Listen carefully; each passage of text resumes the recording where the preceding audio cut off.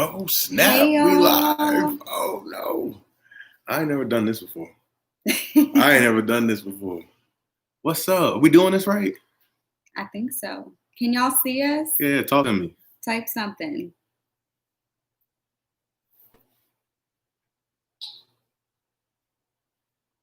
Nothing. Oh, yes. Okay, Oh, it's lit. What's good? yay. What's good? What's good? Okay, what's up? What's up? What's up? Happy Mental Health Monday, everybody, from the Williams house. Happy to see you all and be able to see you guys in the chat. I've made this taking way too long to get to this point for you guys, and so I apologize for having to postpone. But thank you so much for your patience. We had a lot going on. We have 3 houses we've been moving out of, filming couples cam, working, all those different things, and just trying to enjoy each other. So, Dang, welcome. I'm sorry, I'm reading. Yeah, it's a lot. It's a lot scrolling on the side. It's a lot happening over there. And a lot of people are coming in. What's up? ATL, Louisiana. What up, family? UK, That's a flag I've never recognized before. What's good? Toronto. Canada, what up? Carolina. Are y'all feeling a ponytail? I did it myself. Look. Shreveport, Barbados, what's up? Chicago, hey, look, I got it on me. Vegas, that's what's up. South Carolina, what's up? What's going on? 864. I'm not cooking anything tonight, girl. No. Thursday, though. Catch me. Texas, Phoenix, bro. We got people all over the country, all over the world. This is dope. Arkansas, Virgin Islands. Man, that's what's up, Trinidad. Man. Yo, what's good? Oh, it's a whole roll call. A whole roll call. Oh, snap. LA, Boston. Man, it's messing my eyes up. It's messing my eyes up. What's up, you guys? Well, first off, welcome to Mental Health Monday. Mental Health Monday was started on Instagram. I don't know who started it originally. I'm not the first person to start it. But I created the hashtag and I saw that other people were using it. And the biggest thing for me was like during my mental health journey or throughout my mental health journey, been trying to figure out how to bring awareness to it, to normalize it as much as possible. And that's how Mental Health Mondays started. I wanted to be able to each week be able to kind of start my week off on the right way, focusing on my mental health. What do I need? What are my needs before I start trying to help others throughout the week? And it's become a much bigger thing, and it's starting to become much bigger and bigger and bigger the more people who come along. So happy to be able to talk with you guys and share a little bit about my journey and then answer some questions for you guys and hop off. I don't want to be longer than 30 minutes. I know the East Coast, my friends is ready to go to bed. Personally, I'm ready to go to bed. I work in the morning. She got work in the morning. But I wanted to be able to connect with you guys as much as possible. So grateful for that. Karen, you rocking that ponytail? Okay. Thank you. Yvette from Georgia, what's good? Portland. Tequila. That's tequila. That's from Hop on the Call. Oh, what's up? Hey. What's good, fam? What's good? Yo, also, if you haven't done so, man, so many great conversations have come from Hop on the Calls. I really enjoyed being able to connect with different people from all over the country, all over the world. And so if you follow me on Instagram, follow us on Instagram if you don't already. But please make sure to hop on and talk with us sometime. Yeah. All the proceeds are going to help somebody, help someone or a group of people each month. Last month, we helped a family for the holidays. And so we're excited to show that video to you guys. And then we also this month we're helping with food insecurity with NOLA community fridges. So there's a bunch of fridges throughout the city that we fully stock with food for anyone who needs it. It's free food, free water, free everything. And so that's where the money's going this month. Someone's binge watching our season now. Don't even worry about it. Don't even worry about it. We here right now. What's up? Man, that's good people. What's up? All right, cool. So, this shirt is from Black Vibe Tribe. Follow them on Instagram. Real good people. Actually, it was started by a 16-year-old girl, and her parents supported her dream. She wanted to be able to do something really special, and I saw her on Instagram. I saw some of her work. I was like, yo, that's really dope. Found out she was now she's 18. And so want to be able to support young people, want to be able to support Black businesses. And so I want to just rock the shirt tonight. Ooh. Boom, boom. And it's true and it's real. Cool. So real quick, What are we gonna hop into? we're hopping to a little bit, I'm gonna share a little bit of my journey. Okay. And then I'm thinking answer some questions that people might have. Yeah, please submit questions. I will be letting Miles do most of the talking, but I'm gonna be monitoring the You got the chat? Cool. I got the chat. Yeah, so any questions you guys have around mental health, we don't really want to answer questions about us right now. We have a Q&A that's about to come back out really soon. But we wanted to make sure that we just gave you all some space and some time to be able to just connect with us and be able to talk about something that a lot of people don't feel comfortable talking about. So a little about my journey. So for folks who don't know it from Married at First Sight, I was on Married at First Sight and met my lovely wife, Karen Landry Williams. And we've been married for almost a year now, 11 months. But a part of my story on the show was sharing about opening up about depression. So I was diagnosed with clinical depression about 5 years ago now. And that was something I shared with her early on in our relationship. It became kind of a big thing. And a big thing in terms of me being open about and vulnerable about my mental health journey. And really has become like kind of who we are. And so wanted to be able to share a little bit about my story. So grew up in I moved a lot growing up. Ended up in the Carolinas. My dad lives in Charlotte, North Carolina. My mom lived in Spartanburg, South Carolina. So I lived with them. And I lived with my mom in South Carolina. My mom struggled with depression from when I was really young. And so was used to her taking medication, or there'd be days where she was struggling. Some days she would be taking off, whatever. And she helped me realize the importance of mental health and wellness. And so fast forward, I was a student athlete my entire life, played multiple sports in high school.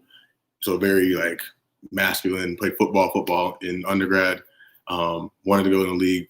My body didn't let me, and other factors didn't work out that way. And realized in my last season that there was something going on with me that didn't feel right. And I didn't know what it was. I couldn't determine whether or not it was just me getting ready to transition out of being a student athlete. I didn't know if it was what was going on, but something wasn't right. And so realized really quickly that like a lot of the symptoms that I was having were symptoms of depression. And I was like, I was denying it. I didn't want to deal with it. I didn't want to process it.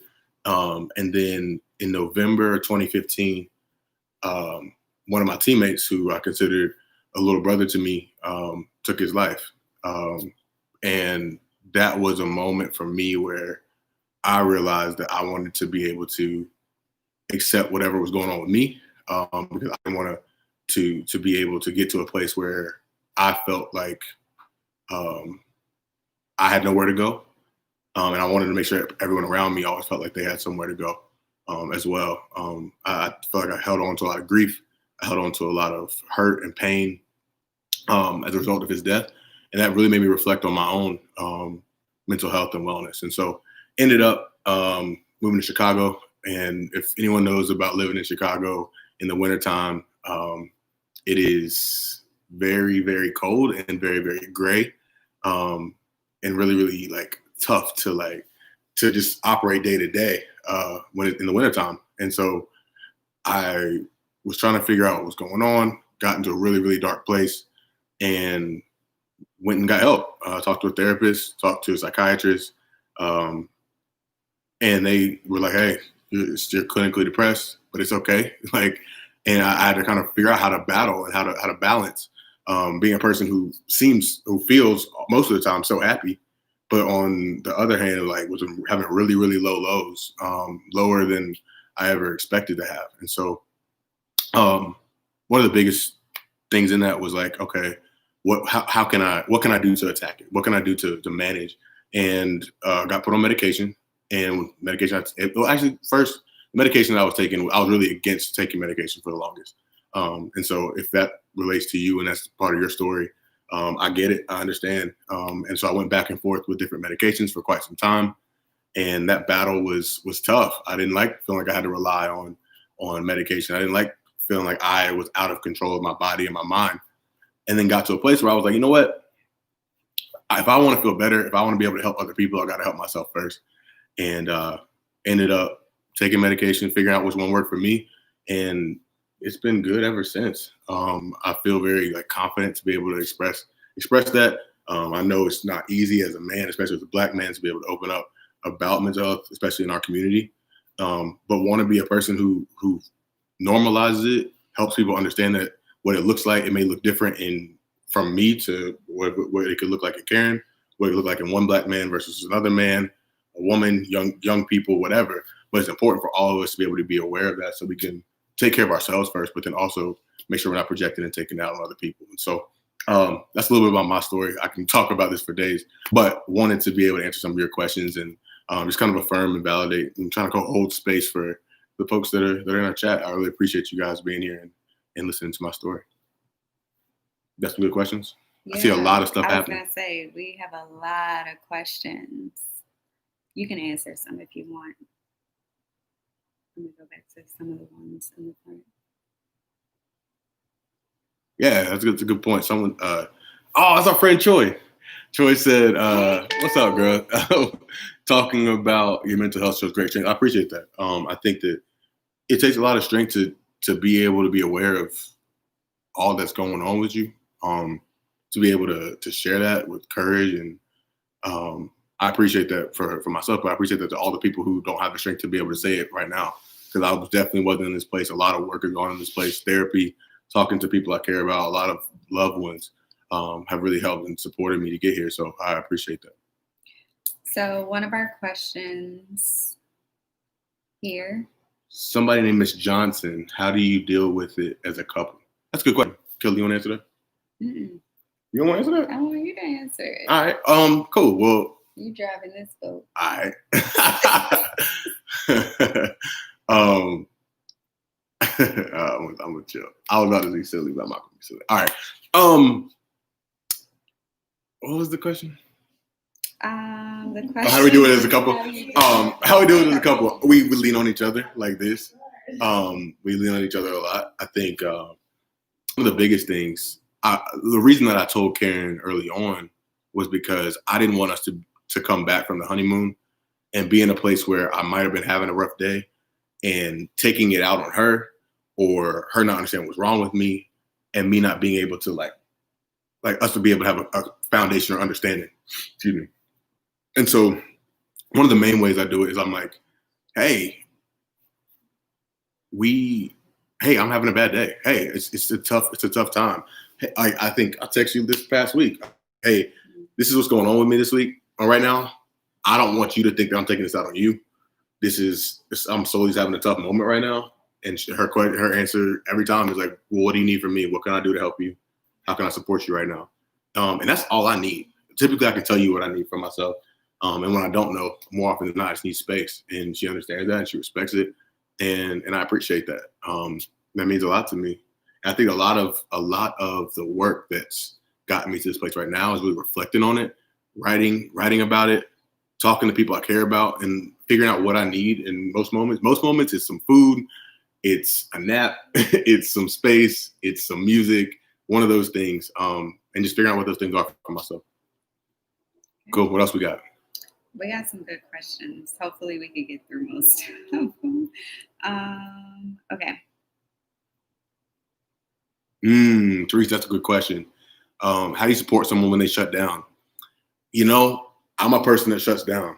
I have been historically a person that shuts down. And I think the toughest thing about that is someone who cares about someone and loves somebody is giving them the space to like get what they need and realizing that they're going to come to you on their own time. I think the biggest thing is be able to create space for that person, allow them to know that you're there for them without being overbearing, right? But also like just always knowing that they can come to you. And that's tough. It takes a lot of patience. It takes a lot of time to be able to listen. But I think it's important and it's imperative if you really want to be able to help the person that is struggling. Go with my fault. What's your questions? Do you have any tips for men being more comfortable sharing their mental health issues? Oh man, that's a great one. Mm-hmm. Any tips? From Gabrielle. Gabrielle, that's a great question. You know, I think that I spend a lot of time thinking about this and how we can, as men, feel strong despite despite struggling with mental illness, right? I think there's a large stigma around, oh, you must be weak because you have depression, or you're weak if you're talking about emotions. You're weak if you can't control your emotions, right? But if you have an awareness of your emotions and you're able to say, hey, this is where I am right now. This is how I want to feel. And this is what I'm going to do to make sure I feel the way that I ultimately can. I think that's true strength. And so I really want people to be able to, or young men and men, to be able to verbally just say, hey, this is how I'm feeling right now. And I think a lot of that's rooted in fear. A lot of people don't share these because they're scared of what people are going to say, or scared of looking weak, or scared of feeling inferior. And I think, like I said, I think strength and courage comes from being able to be vulnerable. And so to men out there, it doesn't have to look all like girly and anything like that. It's more just, hey, bro, this is what I'm struggling with right now. I don't need you to do anything. I don't need nothing else. I need a vent. I mean, me and Woody do that all the time. Like Woody will come over here and say, hey, bro, I need to talk. And he'll let it out. And 9 times out of 10, I don't know what to say. So I'll say, hey, bro, I don't know what to say to you right now, but that sounds like a lot. And that's literally all he needs most of the time. And so whatever you got to do, whoever that is, if it's your girl, if it's one of your friends, if it's writing in a journal, if it's taking a video of yourself and just getting it out, get it out so that you don't take it out in other ways. Big thing for me. This is a question. Ooh.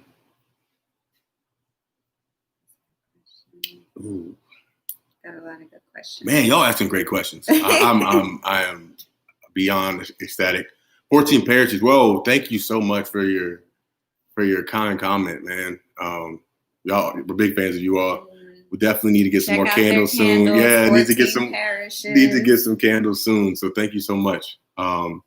We appreciate that. Question, my fault. Oh, okay. So that's a question that's directed towards you. Want to answer it? I can. Okay. The question from Crystal Wade was, Karen, was it hard for you to learn about his depression? Thank you for asking that question, because I am very passionate about this, but I want Karen to be able to say what she needs to say.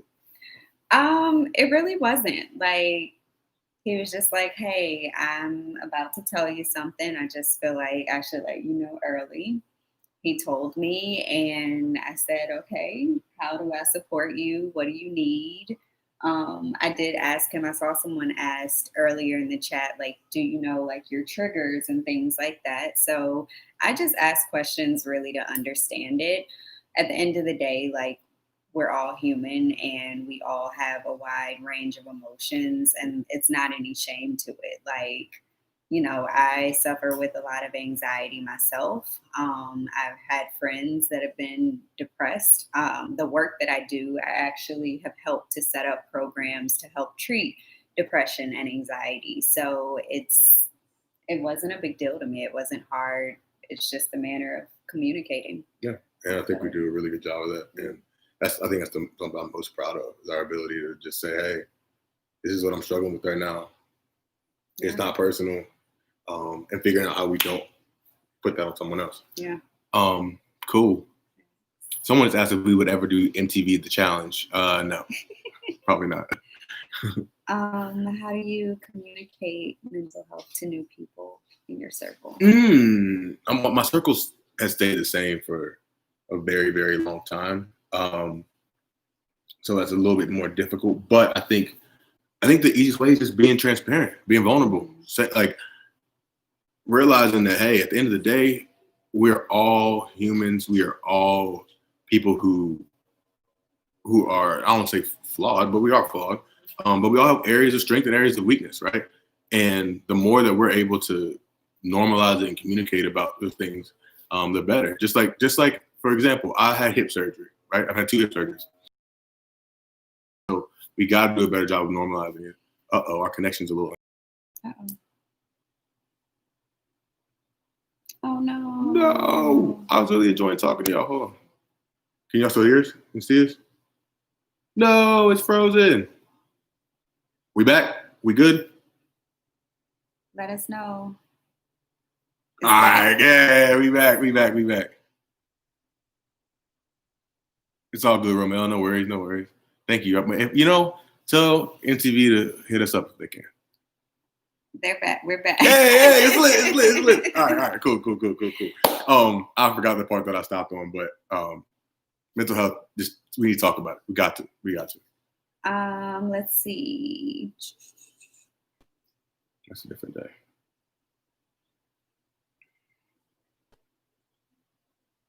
What does it look like? Does proper diet and exercise help? Oh, that's a good question. All right, so depression for me, what it looks like for me, it cut off at hip surgery. Oh, got it. I was saying that when people have physical ailments or physical disabilities or physical anything, people are very understanding of it, right? And so for myself, I have asthma, right? If I tell someone I have asthma, people are like, "Oh, okay, I get it. You need to have an inhaler, or you need to sit out for certain exercises, or some days it might be easier for you than others, and different working out, and you create modifications for that, right?" Well, same with mental health, right? If I struggle with depression, I might not necessarily need modifications, but there might be days where some days aren't as good as other days, and hopefully can understand and people understanding and can see, hey, you know what? I can tell you're having a rough day. You all right? Anything you need differently from me today? How can I support you? And it's the same thing. And so I really hope that we're able to talk about mental illnesses the same as we do about physical, the ones that we can see. And so I appreciate that. The question that you just asked me was, what does my depression look like? And does that diet and exercise help? So depression for me, lately, it really doesn't come up. There might be days where they're tougher than others, or days I forget to take my meds, and I feel really overwhelmed. I'll be really down, just kind of lethargic. I'm a pretty passionate, pretty motivated guy, 9 times out of 10, and so the depressing days, I'm just like, oh, I don't feel like doing anything, or things. I'm more irritable, things bother me more than normal. But diet and exercise does help, and that's something I really, really try to do a much better job of. In the last couple months has been like, hey, I need to take care of what I'm eating, and I need to work out more. When I work out, I'm up and moving and all over the place. When I'm eating well, I'm the same way. And so those have been some really, really big things. And then other than that, I think it's really been just like being mindful of what I consume, right? So not paying attention to the trolls, watching positive things on TV, reading, taking myself away from the screen as much as I can, spending time with Killer, laughing and joking. Those type of things have been really helpful for me. Thank you, Kim Rucker from Texas. Appreciate you. What advice do you have for current student athletes coming to the end of their playing days to prevent depression? Y'all, I'm so passionate about this. My voice cracked. I'm so passionate about this. I really, really want to be able to support student athletes who are leaving the game, because at the end of the day, our careers all end at some point, whether we know it or not, right? Whether it's our final game and we know this is going to be our last game, or we get hurt, right? And so if you're a student athlete, like personally, like myself, I was playing ball since I was 4 years old. Whether it's basketball, baseball, golf, football, track, I was out there, right? And my identity, everyone knew me as the athlete. Went to a big high school, was an athlete. Went to college, I was an athlete. But then the second that you move, one day that just ends, and there's no transition to it. No one prepares you for it, and that can lead to some identity stuff, right? Your identity's been so wrapped in being a student athlete, everyone knows you that way, and then all of a sudden you got, what's up, Laid Back Studios? Your identity is so wrapped up in being a student athlete that all of a sudden that goes away, and you don't. And it messes with your head. It messes with me for sure, and I know other people who definitely had that experience, and so. I would love for folks who are student athletes. I would love for student athletes to reach out to me, so we can talk about that individually. I would love to be able to support in any way that I can. But it's definitely a big thing and a big issue that I want to make sure we attack. All right. When did you know when it was time to see a therapist or doctor? Y'all, there were so many times where there were so many times where I was like, I'm not going to therapy, bro. Who's gonna tell me who I need to talk to? What can they do for me that I can't already do for myself? I can read that in a book. I can talk to such and such and such and such. Like there were so many moments where I was just like rejecting it. And then one time I went to, and I had an adverse experience when I was younger in therapy, where my parents divorced when I was younger, and went to a therapy session. And the way that the dude was talking about my dad, I didn't appreciate. And I was like, I'm not doing this again. I ain't talking to nobody. And then got to college, and I was like, you know what? I need to talk to somebody. Found somebody that was helpful. Left, went to grad school, and realized, oh, I'm really out here by myself. I got a lot going on.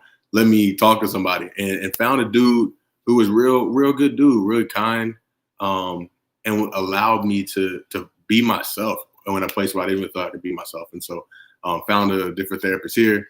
Shout out to you, Doc. Doc, you texted me earlier. I need to hit you back if you're on this. And so it's really nice to just have somebody. And a lot of things like obviously Kill and I could talk about, but thinking about like during the show, when the show was airing, there were moments for us to be able to communicate what we needed, be able to express what we really needed to express. No one in the world understood what we were talking about. Nobody. And like there were parts of it that like we couldn't really fully communicate to each other yet. And so being able to have someone that each of us could go talk to, and then be able to come back and say, hey, I was talking to my therapist, and this is what they said would be helpful, or this is what I realized when talking to them, has made life so much easier for us, and ultimately just something that's helpful for everyone, I believe. Have you tried meditation and yoga? Yo, we meditated this morning. We did. We had a nice little meditation this morning. So I love yoga, love meditation. I'm actually have a membership at a yoga studio here. COVID's kind of messed those plans up this year, but I like to consistently do yoga. I've also heard a lot about like religion. We both identify as Christian. Both grew up in the church. Our faith's a big part of what we do, and I realized that can be a touchy subject for some people. I think one of the things, especially in the Black community, that I don't appreciate is that people are like, "Oh, just pray it away. Just pray it away." God's amazing. He's first and foremost in my life. And I want to make sure I can pray to him, but there's also things that are more tangible that I need to be able to feel like, oh, you know what? I feel better right now.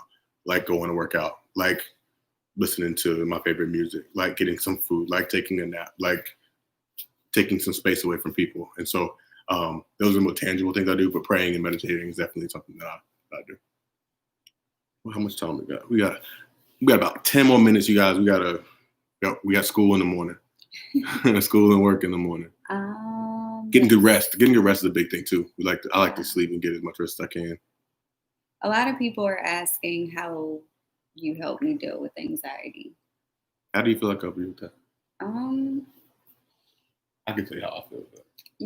I don't know, you just help calm me down. Like people literally be like, come sit down. Like I do. Like chill out, come sit down. He listens. Like when I'm anxious, it's helpful for me to just talk about it, and like he will just listen to me just like ramble basically. And get it out. And we'll focus on ways or things that I can control and like what I can do to like not be all over the place. Yeah, that's real. And I think that's a really big thing, especially with anxiety, is like I would not say I'm diagnosed with anxiety, but definitely you've seen it anxious moments.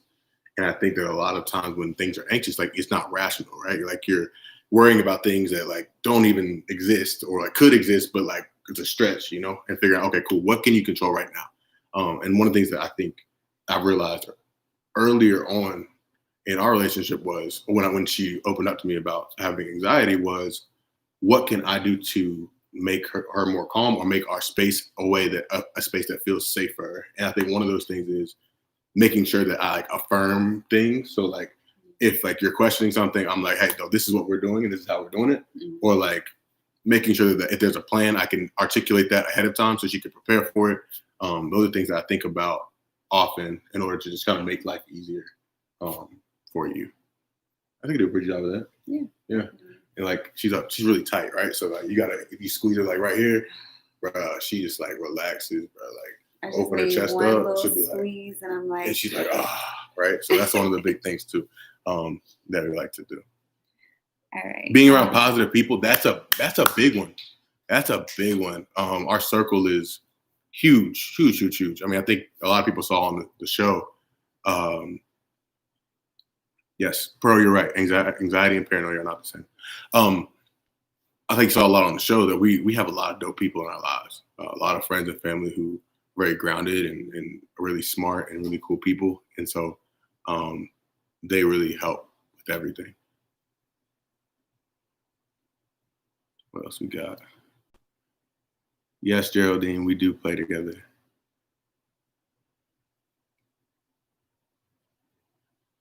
Anxiety is an everyday struggle. Bro, what? For real? Oh, wait, that's a good one. How do you not become codependent when needing each other? Or community? That's a great question. Who asked that? Miley Jadis. How you not come codependent? I think we do a good job of that by we recognize that each person's an individual person. Like we're very similar people, but very different people, and we're two different people. And so we each have individual needs. I'm not gonna be able to meet every single need she has. Excuse me, she's not gonna be able to meet every single need I have. But we know that we care for each other, and that if we need each other, that we can lean on each other. But most of the time, we try to handle things to the best of our ability. Is that accurate? Yeah. How do we avoid codependency? That's what I was gonna say. I don't think it really answered My the fault. question. Yeah, I don't know how we do it. Accurate. I would say we avoid it because ultimately, I think we still give each other the space to kind of work through things. You know, when he may be having like a tough day, he's not necessarily always coming to me to be that thing or that person to fix it, and vice versa. Like when I'm having tough moments, like I'm not always going to him. I know I can go to him if I can't do it by myself, but I think one of the things we always talk about is empowering each other, like, and still being able to like know like who we are individually, but like also when it's time to your point, lean on each other. Yeah, that's a great answer. Self-care coping mechanisms. It does take maturity to be supportive, truly supportive. What areas in mental health can we both grow? Personally,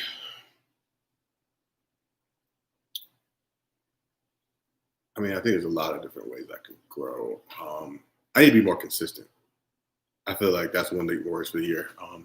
We were setting intentions and came down to my 3 words of the year so far are establish, focus, and receive.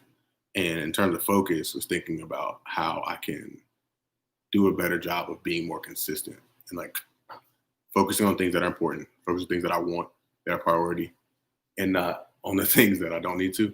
And one I want to answer your question. Do you have one that you want to? I think discipline.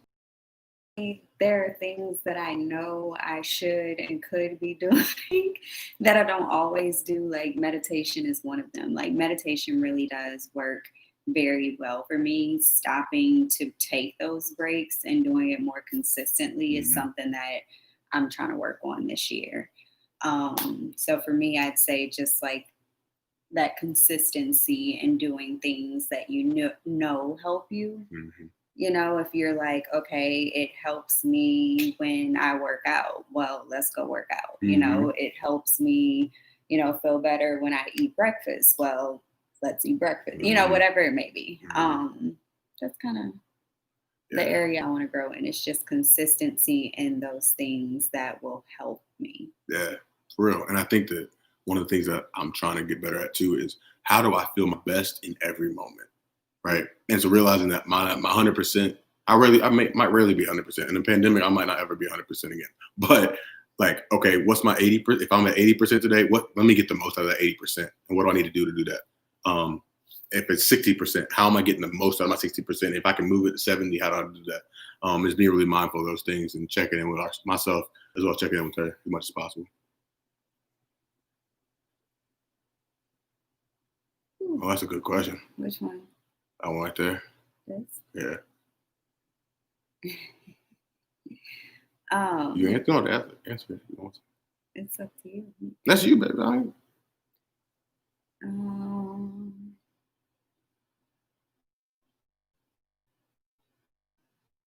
What are signs? I'm a Virgo. I'm a Libra. Yeah. I'm all about balance. All about balance. I don't know nothing about Virgos, but I like this. Maybe this can be our closeout question.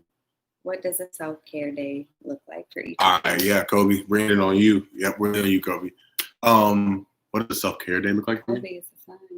It's ooh. It's a sign. Calm down. All right. Oh wait. What does a self-care day look like? You answer. Non-quarantine. Let's act like quarantine does not exist. Gail, I'm 6'1". She's 5'4". 5'3". 5'3". Okay, Gail, she's 5'3". I'm 6'1". Anyway, so perfect. No COVID. It's me sleeping in, getting the rest I need. That's typically like 8 o'clock. I won't sleep much later than that. After that, get some good food, go work out, like move my body, whether that's like going for a run, it's lifting, that's something. I want to be able to move, get my body moving, and then read some, listen to some music, be outside, not think about nothing, like not have anything that I have to do. Is a really good self-care day. Sleeping, eating, what else? I like to touch on the senses, right? I like to be able to like work on something like my body. Yeah, I'll be able to see the night, you know what I'm saying? Eat something good.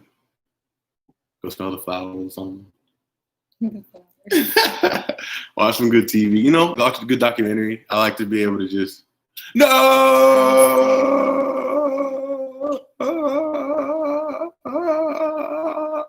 I hope we record.